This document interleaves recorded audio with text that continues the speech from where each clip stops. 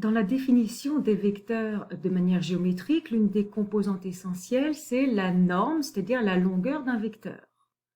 Même quand on regarde les vecteurs avec leur définition algébrique, il peut être très intéressant de connaître aussi la longueur, c'est-à-dire la norme de ces vecteurs.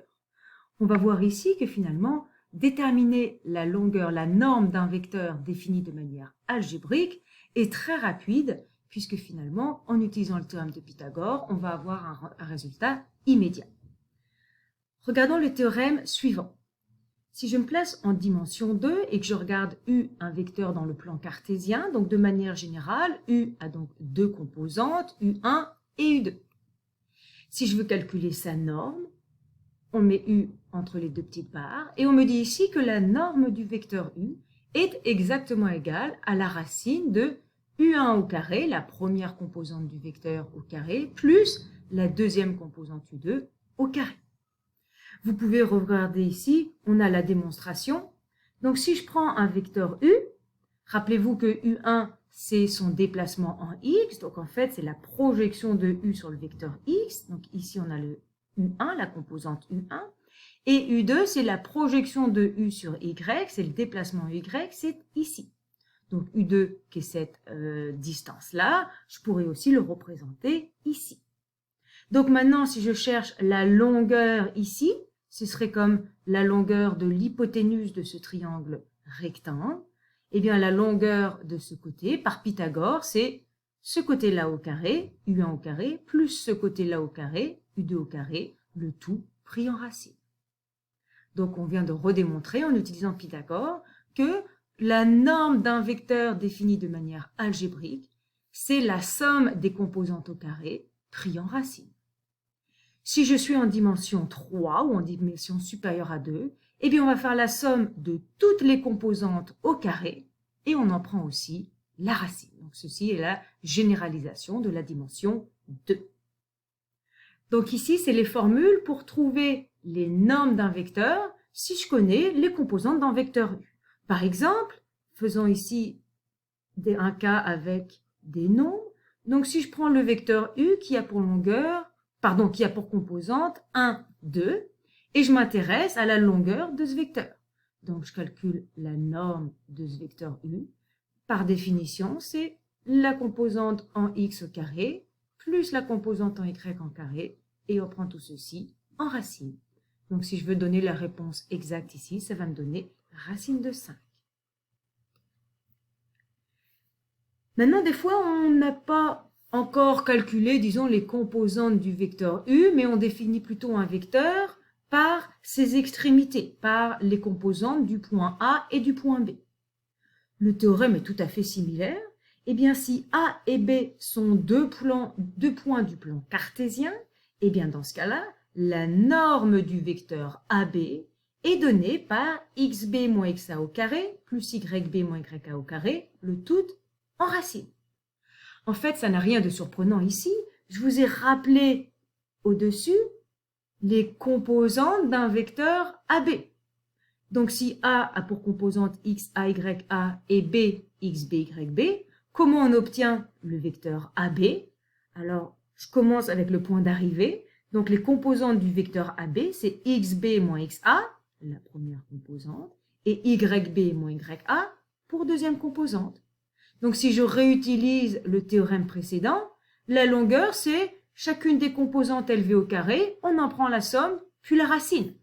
Donc là, je prends la première composante, xb moins xa que j'élève au carré, la deuxième composante, yb moins ya que j'élève aussi au carré, j'en prends la somme, je prends le tout en racine, d'où le résultat. Ça, c'est le cas de la dimension 2. Si j'avais la dimension 3, un vecteur AB aurait maintenant 3 composantes. Et pour déterminer la norme de mon vecteur AB, eh bien, je prendrai ces 3 composantes que j'élèverai au carré, j'en prendrai la somme et finalement la racine. Donc, c'est très rapide de déterminer la longueur d'un vecteur si le vecteur a été déterminé par ses composantes, donc de manière algébrique. Regardons ici quelques rapides exemples. Donc là, on a les deux cas précédents. Soit je connais les composantes du vecteur U et j'en cherche la norme, où je connais les coordonnées des 2 points qui constituent mon vecteur et de nouveau, j'en cherche la norme. Que ce soit l'un ou l'autre des cas, aucune difficulté. Si mon vecteur U est le vecteur 3 moins 2 et que j'en cherche sa longueur, eh bien, je vais faire 3 au carré plus moins 2 au carré. J'en prends la racine, on obtient racine de 13. En dimension 3, même technique, donc je prends un vecteur V qui aurait pour composante 3, moins 5 et 7. Donc sa norme va être 3 au carré plus moins 5 au carré plus 7 au carré. Le tout en racine, soit racine de 83. Dans le cas où je connaissais les coordonnées des extrémités du vecteur, de l'origine et du point d'arrivée. Donc on a les composantes des points A et B, et maintenant on cherche la longueur du vecteur qui part de A et qui arrive à B. Donc dans ce cas-là, on va prendre au carré 4 moins 4, les composantes en X, et on va prendre au carré moins 2 moins 4, les composantes en Y. On en fait la somme, la racine. On obtient ici racine de 100, c'est-à-dire 10. Voyons un autre exemple de calcul qui utilise la norme des vecteurs. Rappelez-vous, on avait défini il y a un petit moment ce qu'était un vecteur unitaire. Un vecteur est dit unitaire si sa norme, si sa longueur est exactement égale à 1. On me donne ici le vecteur U, le vecteur V, et on me donne les coordonnées A et B d'un vecteur AB, et je dois déterminer parmi ces 3 vecteurs lesquels sont unitaires. Donc pour chacun de ces vecteurs, je dois en calculer la norme. Ceux dont la norme est exactement égale à 1 sont unitaires, les autres ne le sont pas. Calculons la norme du vecteur U. Ses composantes sont 1 et 1, donc sa norme c'est 1 au carré plus 1 au carré en racine, soit racine de 2. Ici la norme n'est pas égale à 1, donc ce ne sera pas un vecteur unitaire, le vecteur U. Le vecteur V a pour composante 1,5 moins racine de 3 sur 2, donc pour en calculer sa longueur, on prend 1,5 au carré, moins racine de 3 sur 2 au carré, donc si on fait les détails, ça me donne 1 quart plus la racine au carré, la racine disparaît, ça fait 3, 2 au carré, ça fait 4.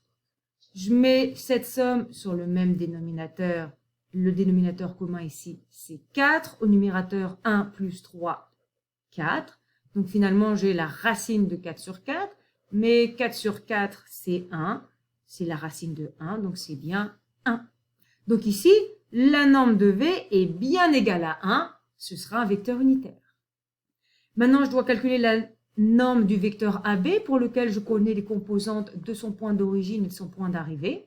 Donc, je vais y aller directement. Donc, la norme, ça va être 4 cinquièmes moins 7 cinquièmes au carré, plus 1 moins 1 cinquième au carré, et vous en prenez la racine.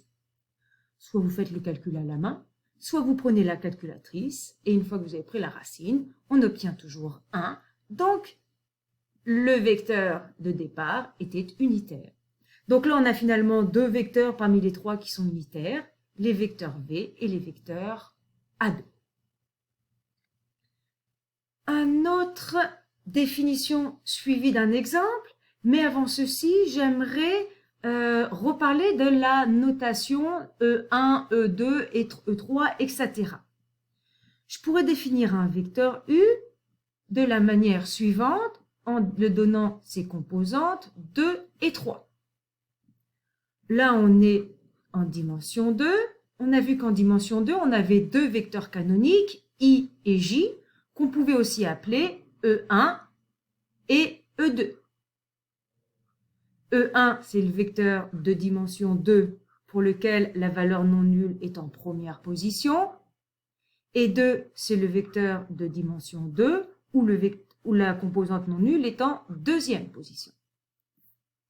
Eh bien, regardez, je vais pouvoir décomposer mon vecteur U en utilisant ces 2 vecteurs.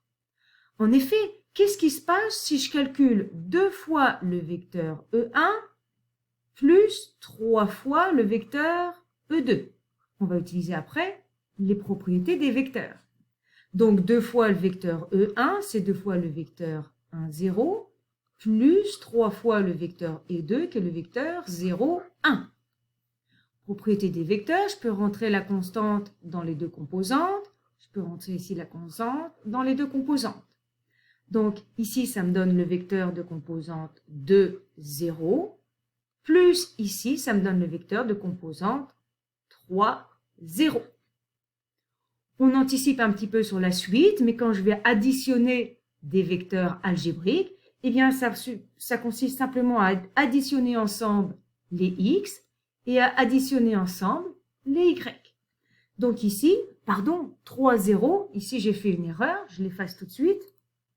Vous avez certainement remarqué cette erreur quand je l'ai écrit. Voilà, donc si je fais 3 fois 0, la première composante est 0, et 3 fois 1, la deuxième composante est 3. Donc si j'additionne les x, 2 plus 0, ça me donne 2, et 0 plus 3, ça me donne 3. Et ça, c'est le vecteur u de départ. Donc ça veut dire que le vecteur u, qui avait pour composante 2, 3, je peux le décomposer sous la forme 2 fois le premier vecteur canonique plus 3 fois le deuxième vecteur canonique. En fait, de manière générale, si je dénote u, le vecteur u1, u2, je peux le décomposer en disant que c'est u1 fois le vecteur canonique e1 plus u2 fois le vecteur canonique e2. On va le redémontrer une fois ensemble. Donc ici, U1, U2, ça veut dire que mon vecteur, il s'écrit vraiment première composante U1 et deuxième composante U2. Qu'est-ce que ça veut dire ici le membre de droite? Donc le membre de droite ici veut dire que c'est U1 fois le vecteur E1 qui est le vecteur 1, 0, plus U2 fois le vecteur E2 qui est le vecteur 0, 1. Je rentre U1 dans mes composantes, ça me fait U1, 0, plus 0, U2. Une fois que je l'ai rentré. Maintenant, j'additionne les x ensemble, U1 plus 0, U1, et les y ensemble, 0 plus U2, U2. Vous voyez bien qu'on avait bien exactement le vecteur U. Donc c'est intéressant de remarquer à cette étape-là que je peux décomposer n'importe quel vecteur U en une somme de vecteurs canoniques de la manière suivante. Bon, reprenons ici la notion dont je voulais discuter avec vous. C'est la norme d'un vecteur U qui est définie par U1 fois le premier vecteur canonique, plus U2 fois le deuxième vecteur canonique, etc., etc. Donc là, finalement, on vient de comprendre que finalement, cette notation, U1 fois E1 plus U2 fois E2, etc., donc ça veut dire que ce vecteur-là, c'est exactement le vecteur U1 en première composante, U2 en deuxième composante, U3 en troisième composante, etc., etc. Donc là, je suis en dimension n et on va dénoter UN, la dernière composante. Donc c'est très logique que finalement, la norme de mon vecteur, on a déjà remarqué qu'on élevait toutes les composantes au carré, on en prenait la somme, puis la racine, d'où le résultat suivant. Donc si un vecteur était défini comme une somme de vecteurs canoniques, on peut toujours en définir la norme par la manière suivante. Donc un exemple très très rapide ici qui met en œuvre ce résultat-là. Je prends U, un vecteur de dimension 4, qui est défini par 2 fois E1 plus 3 fois E2 moins 4 fois E3 plus 1 fois E4. Donc on a défini le vecteur U en fonction des vecteurs canoniques. Quelle est la norme de U? Eh bien j'ai juste à considérer les constantes qui sont en avant de chacun des vecteurs canoniques. Là c'est comme si j'avais un 1. Je les élève tous au carré. J'en prends la somme, puis la racine. Ici, si vous effectuez le calcul, on obtient racine de 30. Même chose pour le vecteur ici de dimension 5. Ici, on remarque que la composante en E4 est nulle. Vous prenez la somme de toutes les nombres en avant des vecteurs canoniques, on les met en carré, tout en racine, on obtient le résultat suivant.